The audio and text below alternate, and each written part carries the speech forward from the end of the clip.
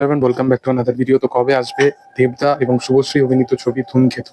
তোমরা সকলেই জানো যে ধূমকেতু নিয়ে মানে মেকার্স থেকে শুরু করে, সেই ফিল্মের মেকার্স থেকে শুরু করে এবং যতজন অ্যাক্টর অ্যাক্ট্রেস আছে ধূমকেতু এবং ধূমকেতুর পরিচালক থেকে শুরু করে কেউ কিন্তু এই ধূমকেতু রিলিজের ব্যাপারে বেশি কিন্তু কেউ তাবাজ্জু দিত না। মানে অডিয়েন্স তো একটা পরিমাণে রানা সরকারকে বিশালভাবে ট্রোল তো অবশ্যই করতো, এবং ইটসেলফ দেবদা নিজে সে একটা কথা বলতো যে যখনই ধূমকেতুর রিলিজের কথা, মানে তার অন্য কোনো সিনেমা যখনই রিলিজ হওয়ার টাইম আসে তখনই ধূমকেতু নিয়ে সে একটা হাইপে আসার জন্য রানা সরকার এইগুলো এরকম কাইন্ড অফ স্টেটমেন্ট দিয়ে থাকে যে ধূমকেতু আবার রিলিজ হচ্ছে বড় পর্দায়, এরকম এরকম কাইন্ড অফ স্টেটমেন্ট দিতে পারে। মানে মানুষটা ভালো, কিন্তু এইরকম কাইন্ড অফ সচরাচর জিনিস করতে থাকে বারবার দেখি, যাতে সে হাইপে আসার প্রচেষ্টা করে সবসময়। এটা কিন্তু দেব এই স্টেটমেন্টটা আজ থেকে 2-3 বছর আগে যখন বাঘা যতীন এসেছিল তখন কিন্তু নিজেই দিয়েছিল। কিন্তু সিনেমাটা এমন একটা কন্ট্রোভার্সির মধ্যে জড়িয়ে গেছিল সিনেমাটা, এখানে পুরোপুরি লিগাল একটা রাইটস এর ব্যাপার ছিল সিনেমাটা রিলিজ নিয়ে। মানে ভায়াকমের সাথে একটা প্রবলেম দেখা গেছিল এই সিনেমাটা। তো সেই কারণবশত এই সিনেমাটা কিন্তু এতদিন হোল্ডে ছিল এবং সিনেমাটা কিন্তু রিলিজ হচ্ছিল না।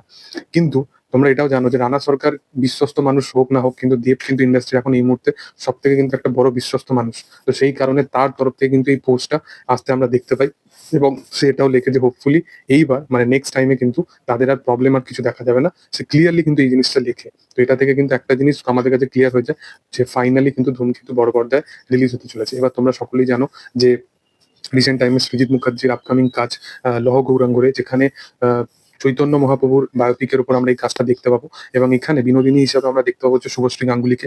এটা নিয়ে তো একটা কন্ট্রোভার্সি আছে, এবং রানা সরকারও সেখানে মানে সেই কাজের সাথে যুক্ত থাকবে প্রেজেন্টার হিসাবে, এরকম সামথিং কিছু। তো রানা সরকার এবং শুভশ্রীকে জিজ্ঞাসা করা হয় যে কবে আসতে চলেছে এবং ধূমকেতু কি আদৌ রিলিজ হচ্ছে মে মাসের 16 তারিখে, ধূমকেতুকে কি ফাইনালি আমরা বড় পর্দায় দেখতে পাবো কিনা, এরকম কিন্তু অনেক রকম তাদের কাছ থেকে আপডেট চাওয়ার জন্য তাদেরকে জিজ্ঞাসাবাদ করা হয়। রানা সরকার এটা নিজে জানায় যে ধূমকেতু কিন্তু এই যে 16 মে আসছে কিনা এটা নিয়ে সে কনফার্মেশন দেয় না। সে একটা জিনিস কিন্তু ফাইনালি জানায় যে ধূমকেতু এই সিনেমাটা এখন পুরোপুরি দেবের ওপর নির্ভর করে আছে।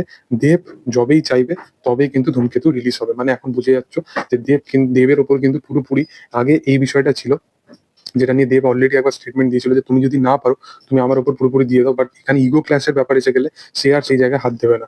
কিন্তু এখন মনে হচ্ছে যে রানা সরকার পুরোপুরি বিষয়টা কিন্তু দেবের উপরে সারেন্ডার করে দিয়েছে।